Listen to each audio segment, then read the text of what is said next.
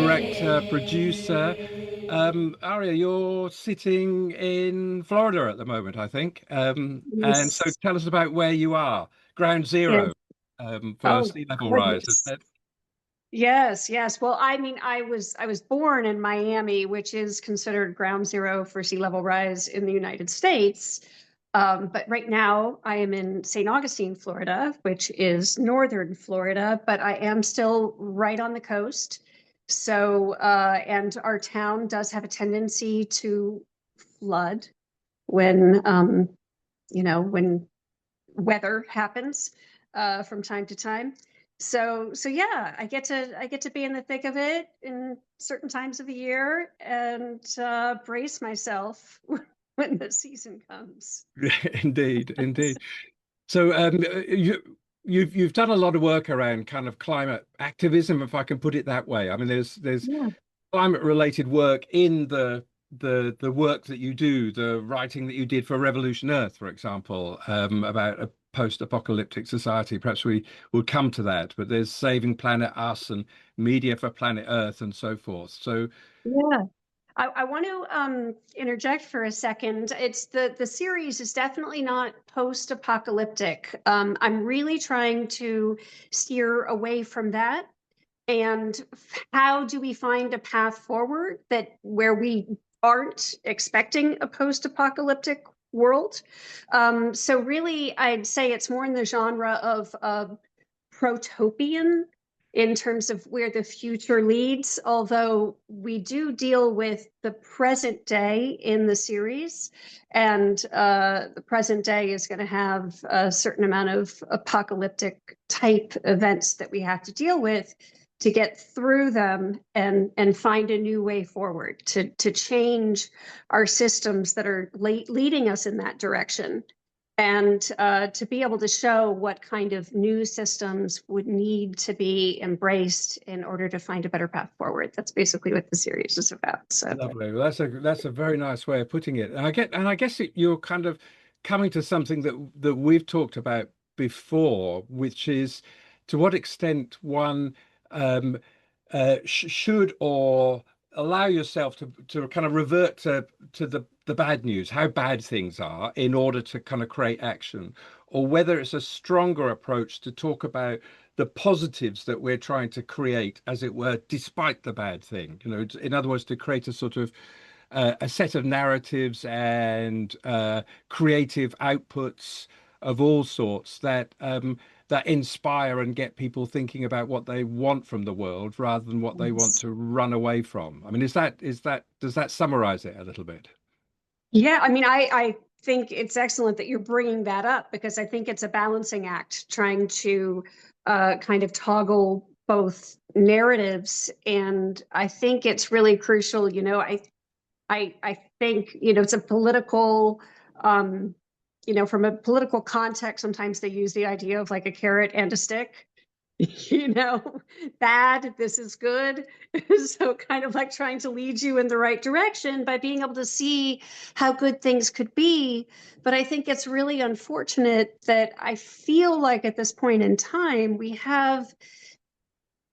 I think there's an understanding that unfortunately there's a certain amount of really kind of terrible realities that do need to be confronted in order for us to understand this is real, you know? There have been so many others who I think have done a really good job of embracing a different reality of saying, no, no, no, no, no, it's completely bunk, it's fake. And that's really comforting to some people because the overwhelming reality is really hard to take in, especially if you're like a young family and you've got a lot on your plate and you're struggling financially. The last thing you want to add to your plate is, oh my God, everything we're doing is wrong and we've got to find a way to do it differently. And government isn't supporting that. And we're going to hell in a handbasket.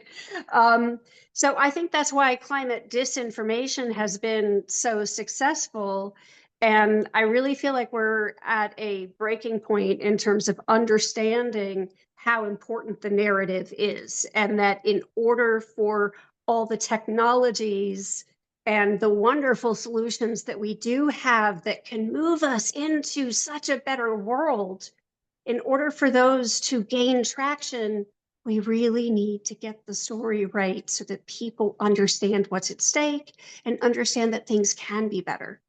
Yeah. Yes, exactly. Very, very nicely put. You have a one of your initiatives, operations is climate cooling productions, Oh, and I call it Global Cooling Productions. yeah, Yes, it's sorry, kind of global the cooling. Yeah, name that I'm apologies. operating under for Exactly. the Apologies. project. Yeah. Um, and tell us a little bit about how you then are thinking, because I think you're absolutely right that in mapping new paths, new kind of futures in this direction rather than that direction, um, people have got to believe that those possibilities are real, that there really are technologies, practices, policies, other countries and other places doing stuff, other communities interested, and all sorts of that kind of thing, in order for people to feel, oh, it's going to be a bit easier than I thought. That anxiety-inducing slump of shoulders bit that you just, Mhm. which very quickly leads to no action and change, just the hope that it won't actually happen badly. Tell us a little bit about Global Cooling Productions then, and how you're trying to kind of help in that process. Yeah, no, I appreciate that. Well, I've done a bunch of kind of shorter films and stuff like that in the past with Global Cooling Productions, some things focused on water, some local initiatives, as well as um, I had met someone who was living on an island uh, in the Gulf of Mexico during the BP oil spill. And so I brought her in for an interview, interviewed her entire family, did some other work, some short content to really highlight what's at stake. And it's interesting because I feel like, right now I'm working with a lot of climate scientists, as you know, and a lot of times we get kind of myopic when it comes to just focusing on climate because that's their area of expertise. But really, so many things that are connected to climate also affect our health, our well-being, our children's ability to live happy, healthy lives into the future, whether or not we have clean water, whether we have enough food to eat. And so it's kind of that wider narrative that I really want to pull into my content. And so that's definitely what I'm doing with, as you know, I'm in development with a TV series. I've been writing it kind of behind the scenes for some time, and now I'm just beginning to get it out to some people who I hope can help move it to the next level so that that can be a reality. Um, because I really do think what we have to do is get this into the mainstream narrative. It needs to be an understanding that is inherent in so many people so that they can help drive the change, so that they can vote for the politicians that do really care about the bottom line of solving this problem and who won't be so corrupted by money in politics that that there are no policies to support the direction that we need to be heading. So that's kind of the mission behind the series, Okay. and it's an exciting process, and it's a really I really love um, thinking about the culture that we live in right now and what aspects of that culture need to be contended with.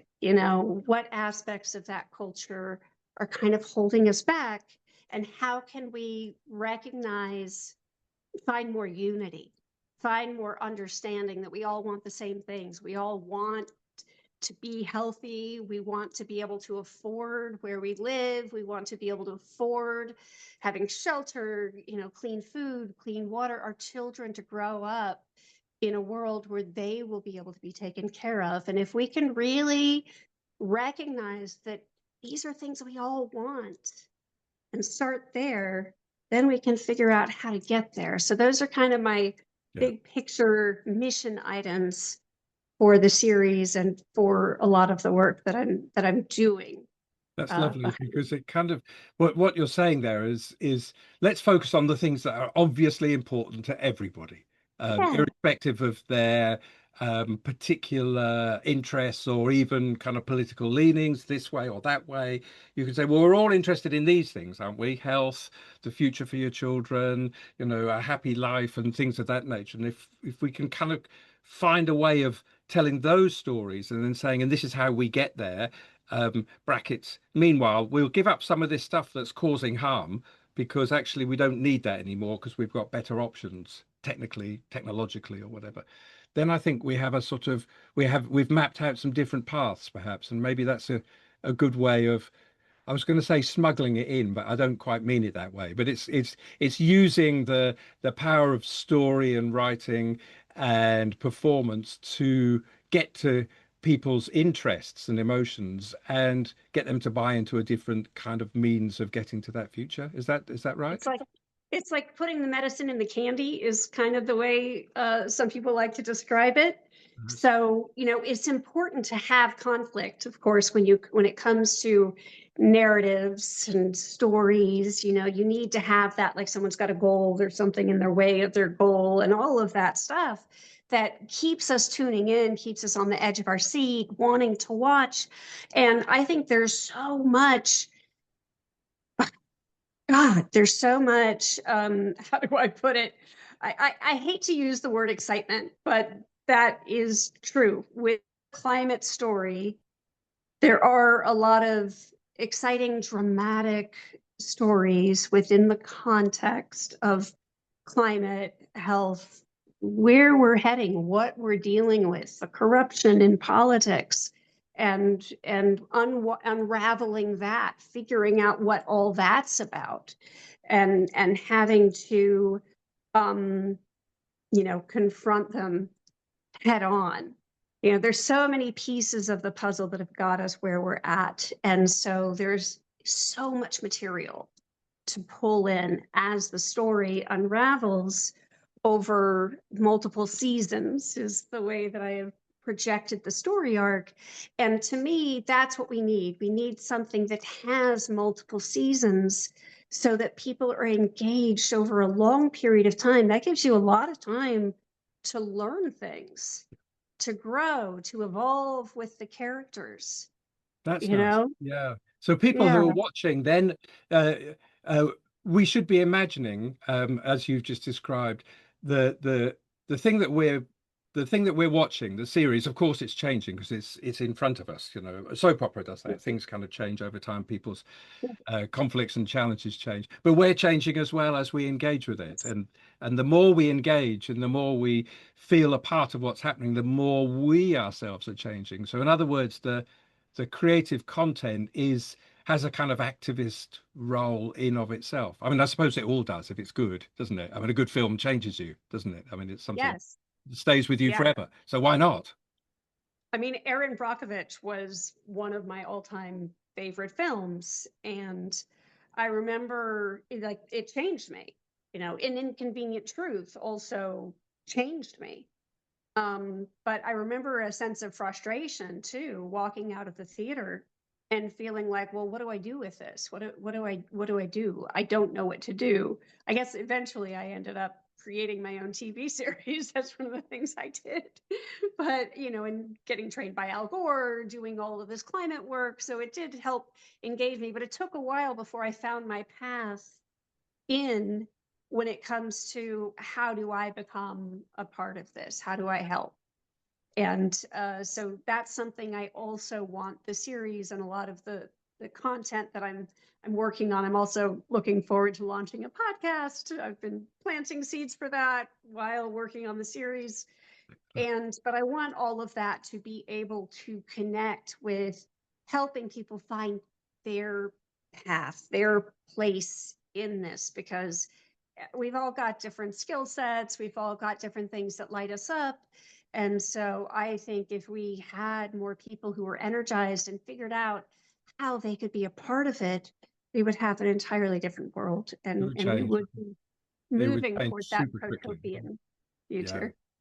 Yeah. Well, speaking as as an actress in film and TV business, if you're looking at at the big center, let's take Hollywood as a kind of big center of production of film. Of course, they happen in many more places, but as something in as a thing in people's minds, isn't it already?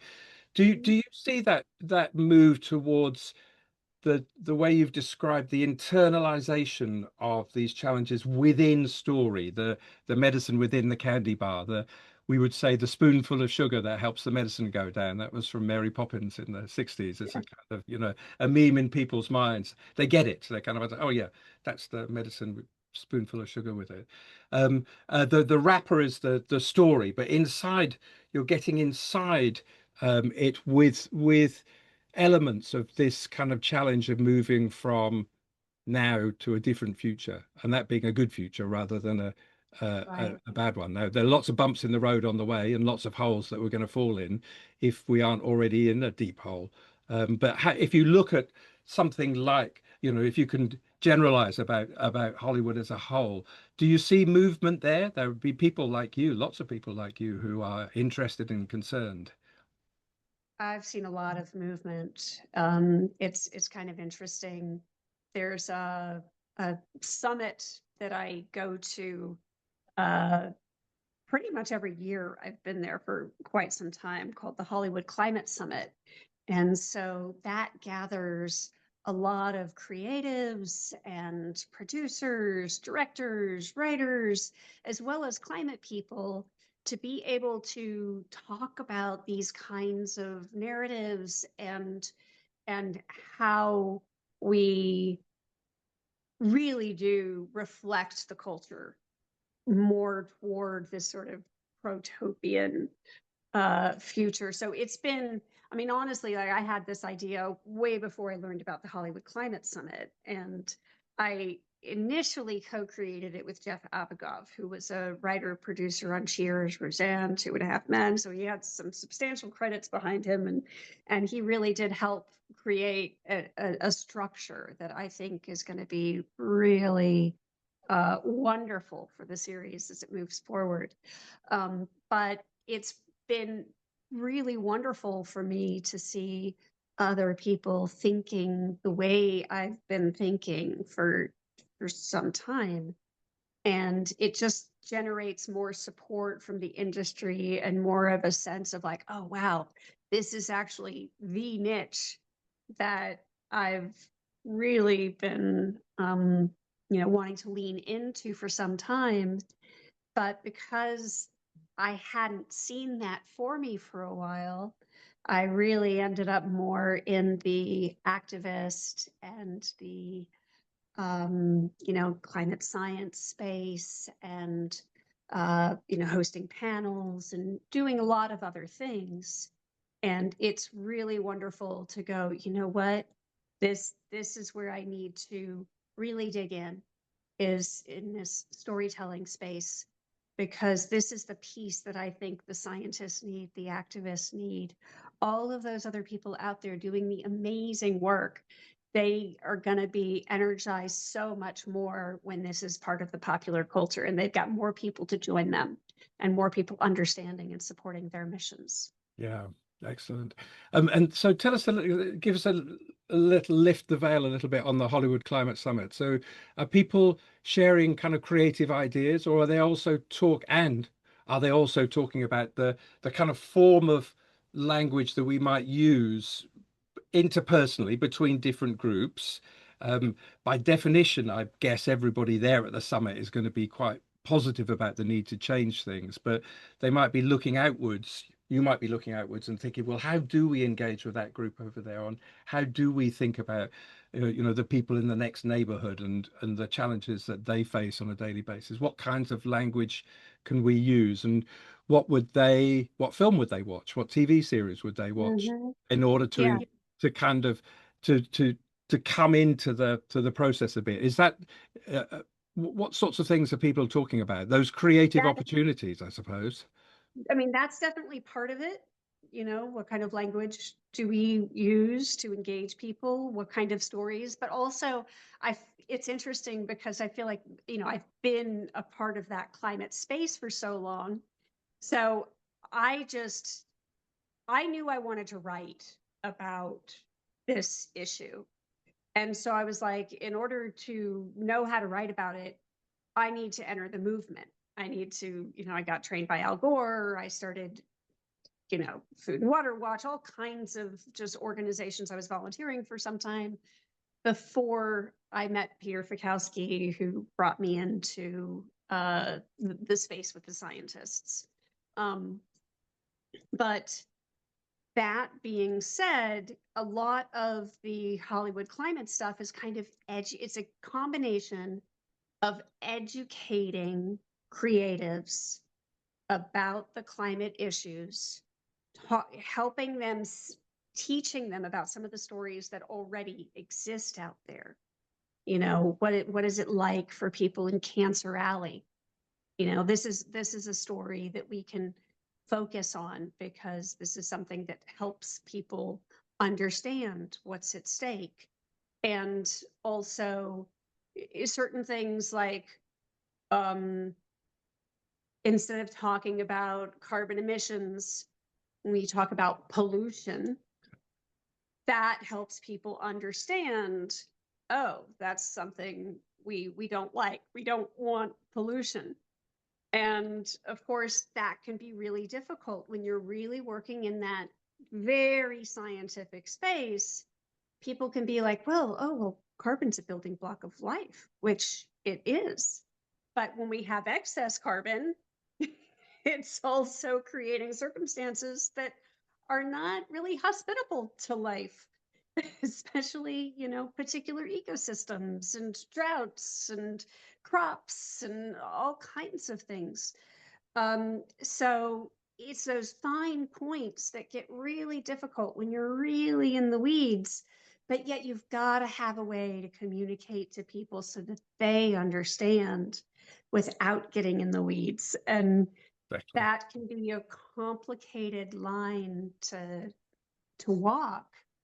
Mm. So that's where I think stories can come in and be really, really helpful because that allows you to have those deeper conversations where you can understand the science better while still understanding the heart of it is about, well, you know, we've been geoengineering the planet for some time. We've been changing the climate because of our activities. How do we fix that?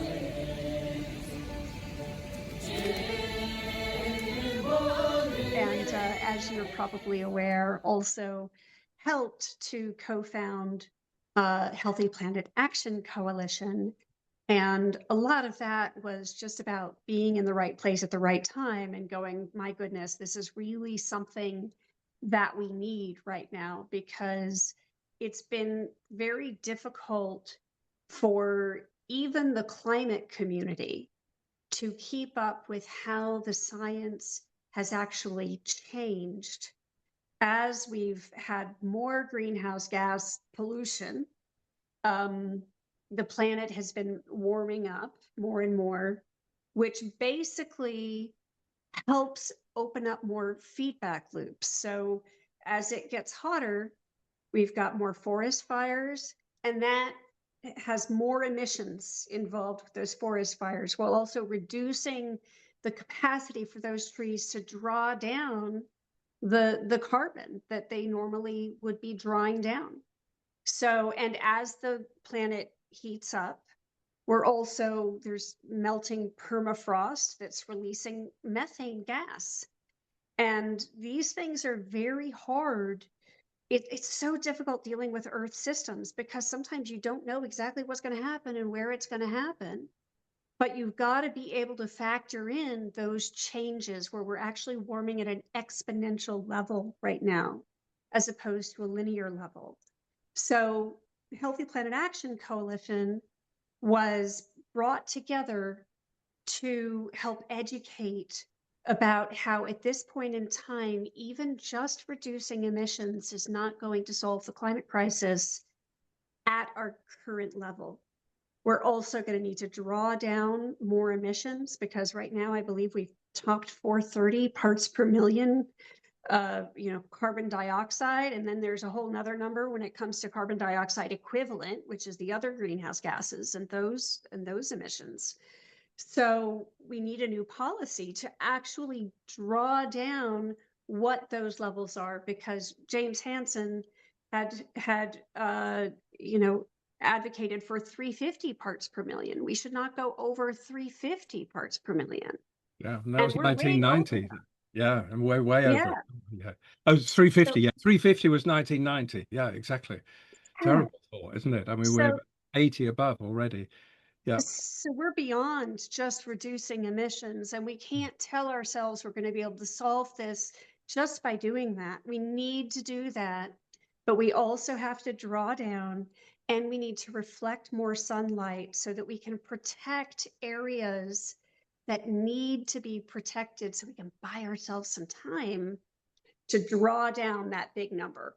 Yeah. So that's really what HPAC is all about. And they're just a group of brilliant scientists who are working really hard on changing the global standards so that we can have a plan in place that will help create a safe climate for our next generations. Well, a year ago, we ran a story masterclass for Healthy Planet Action Yes. Commission that you were involved in helping to Yes. design, and that I was delivering from here in the middle of the night to make sure we got people from around the world. But You're it dedicated. yeah, dedicate. Well, yes, a little bit. They were as well Yeah. coming on, but it really brought, I thought, into kind of sharp focus the commitment, the understanding, but also that there's quite still a kind of gap between the thing that makes us stroke people cross is how bad things are, but Yeah. that talking about that too much can end up being counterproductive. And I don't know where the line is. It may Yeah. just vary day by day or audience by audience. Um, and when you know a lot about something and you really understand the complexity of the mechanisms and the possibilities as to how it could go very wrong with this non-linear processes that you were talking about, S curves of change and tipping points. You feel like you should even talk more or loudly about it, or even Yeah. shout. Um, Yeah. but getting the public on side quite often needs something more subtle and different to that. And I think that still is a challenge. There's still a bit of a gap there Yes. as to how you turn that into something that makes people feel as though they're having an arm put around them. But I suspect that's back to story again. I suspect that's how we do it. Well, it's interesting because we've got multiple audiences too, but the people who are heavy into science might really enjoy conversations that are just about numbers and, rates and molecules, and that excites them, but it's going to completely just blank out so many other people. So I am more focused on reaching that mainstream audience through storytelling.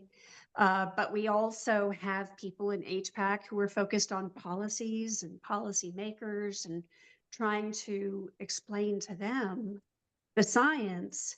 And while you'd want to think they'd understand it, even it goes over a lot of their heads. So we need that language that can spark the policymakers as well. Yeah. It depends on the audience. Yeah, and it may just be good to talk as well. It may be that what we also need is forums for within which people can come together and just talk about things, not necessarily having to drive towards some action, which we naturally would feel would be a good thing to do. But sometimes it's just a good thing. It's a bit like the COPs, the conferences of the parties that happen every year. Um, uh, the benefit of those quite often is just simply getting people to sit in the same room and talk to each other, look them in the eye, and find a little bit of common ground. And maybe the big agreements are only going to happen kind of rather rarely. But actually, if everyone goes away feeling as though they understand others a bit better, we might be in a better place. I mean, that might be it. Did you know that I think it was last week? Time flies, so maybe it was the week prior, but I think it was last week. A group of countries got together, the Coalition of the Willing, to talk about how we get off fossil fuels and how they create financial mechanisms to move forward, irregardless of what the United States wants to do. And I know I recognize people may see this and it's not that last week for those people, but the point is that there are countries who know what needs to be done and who are determined to get it done, and it's actually cheaper to depend on renewables than it is to depend on fossil fuels. And I mean, there are just so many incentives, less war, um Yeah. you know But I yeah. thought that was an amazing thing because it was the big effort to create an international forum to say this, how do we speed up the end of fossil fuels as a counterpoint. I mean, at the time that we're speaking, we're still in this thing called the war in the Middle East, and there's a kind of blind panic amongst many about the holding back of fossil fuels across the Straits of Hormuz, because that's sending the price up. But one thing it will do will be speed the transition away from fossil fuels, because people will realize that why would you want to pay $4 a gallon for your gas? If you've got an EV, if you're lucky enough to have an EV, then it's not costing you anything like that because Yeah. you've got a different technology altogether. And I think we might find that those technological options kind of become much more attractive probably quite quickly. It's much more secure. I mean, if you've got a home and you've got your own solar panels and you're constantly generating your own electricity, that's much more secure than relying on the grid. And especially when there's a hurricane or something else happens, or you've got a heat wave and everyone's using their air conditioning.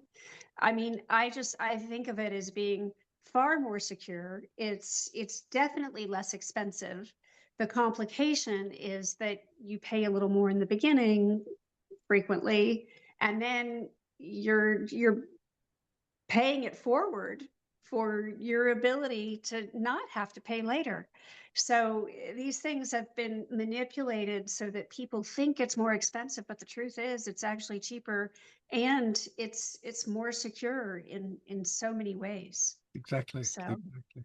I we've been using the term homegrown energy as a way, as a little bit like that term of saying, talking about pollution or carbon emissions. Is if you say homegrown food, you know what exactly what you mean. It's grown in your home, or it's grown in the community farm, or it could be it's grown within the country. It's what you define as home.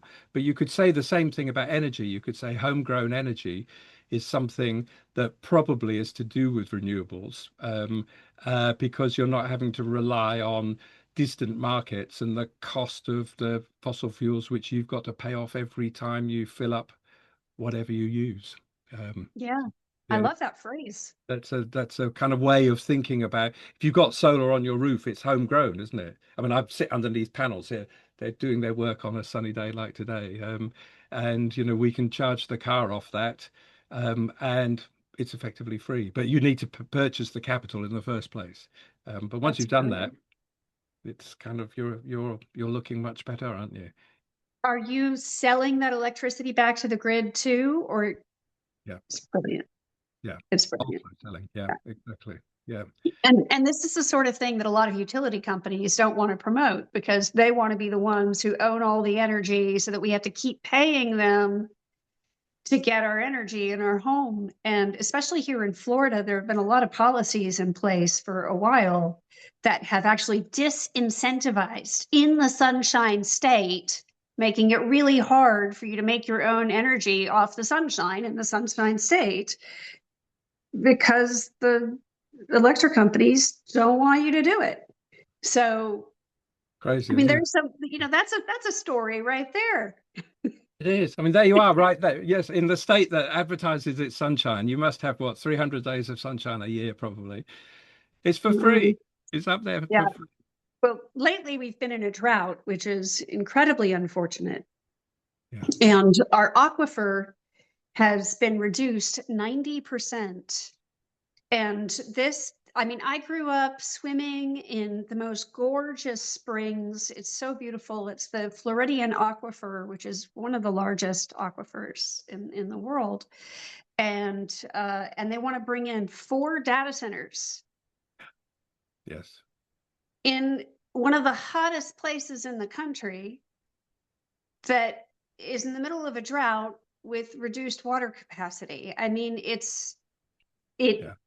is insane. It makes no sense whatsoever. We've It got is. similar controversy here where there are plans to build 160 of them in the UK. I mean, they're not really plans on the ground yet, but they're kind of intentions.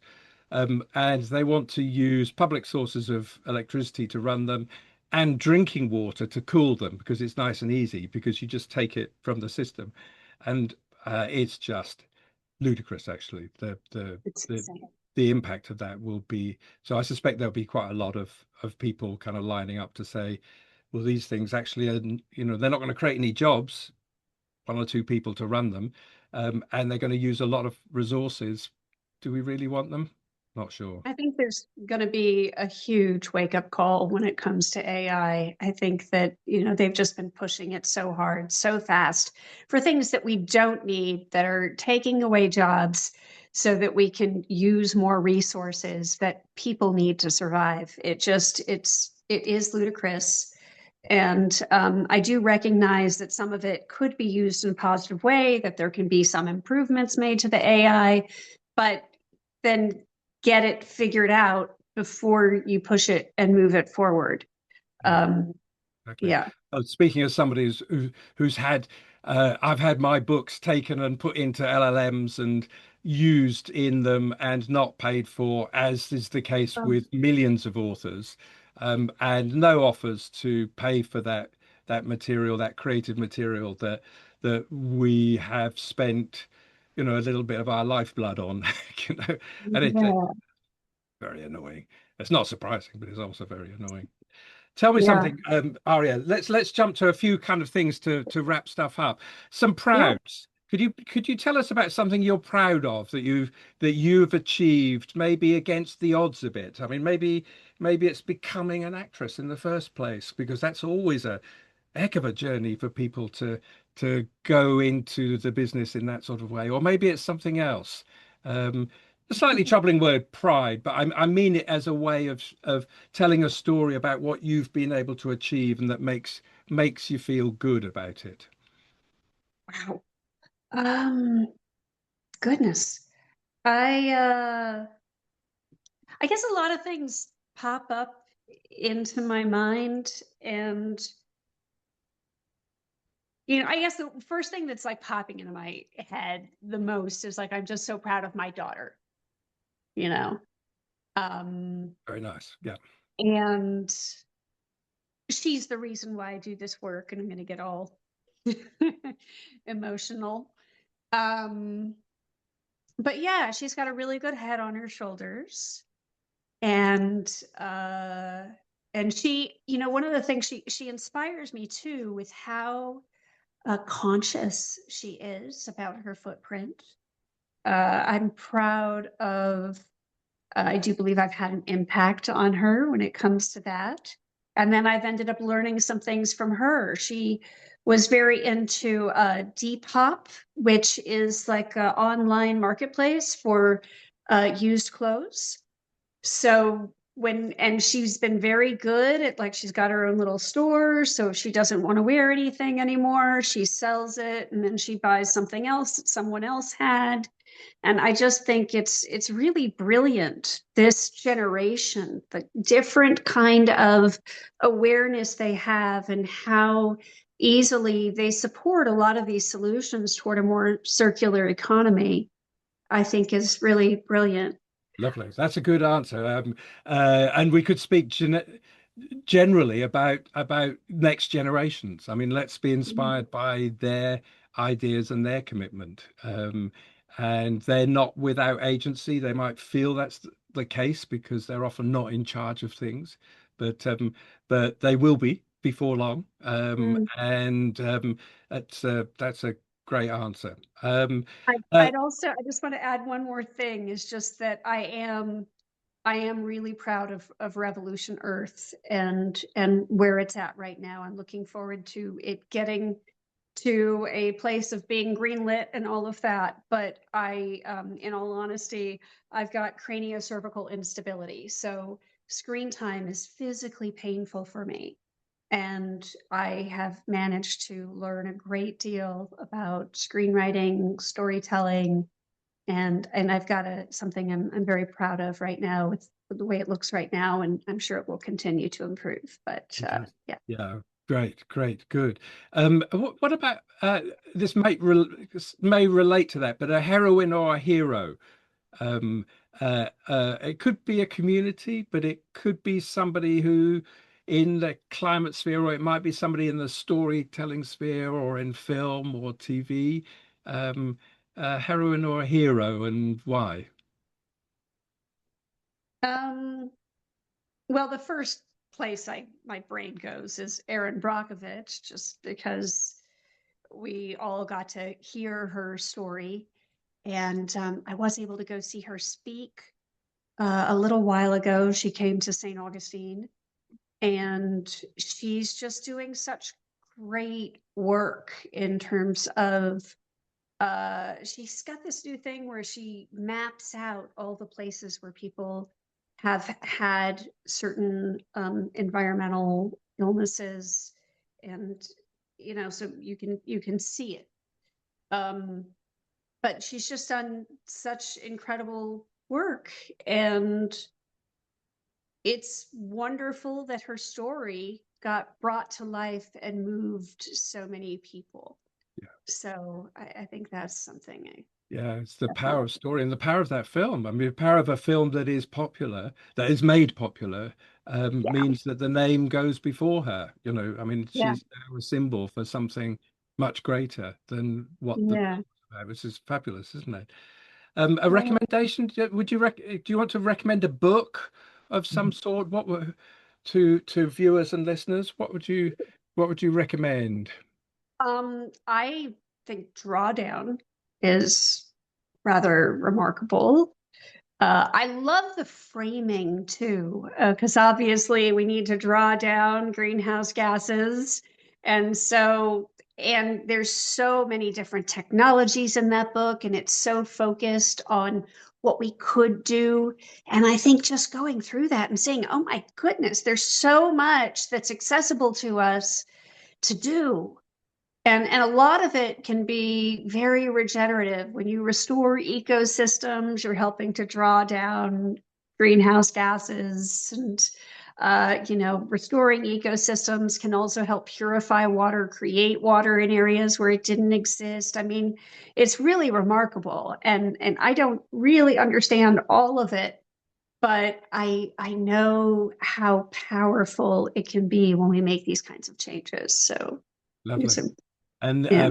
lovely choice. And lots of options seems to me a good thing. You know, if you've always got lots of options in front of you, us, then it gives, perhaps that gives us a bit of agency because we can choose what we feel is the most important to Yeah, us. But someone else will choose something different, but we're all moving in a general correct direction. yeah. And Paul Hawken has that kind of personality too, where he's so positive and Yes. Yes, just, exactly. Yes. yeah, very. Heal the earth instead of steal the earth. I think that was a phrase that Paul Hawken used in Ooh, his book Regeneration. So I think I that's a love kind of that. nice idea. Heal rather than steal. That Yeah. carries a bit of weight, doesn't it? Final thought then. One top action. What should people do? Um, uh, watch your show when it comes out. Definitely. Oh, Um, yeah. yeah. What would you recommend? I mean, maybe. Maybe it's listen to the next generation, as you've just said with your daughter. Turn to others and hear what they've got to say. That Yeah. might be. I, I I think it's complicated because there are so many things that we can do that we need to do. It gets very complicated.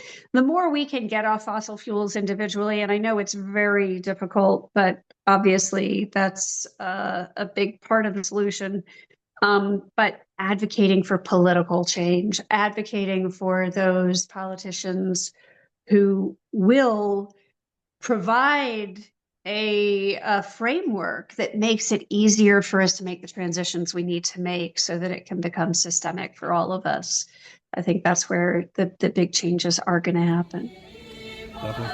Thanks very much. Aria Mckenna, what a pleasure. Lovely to chat to you today.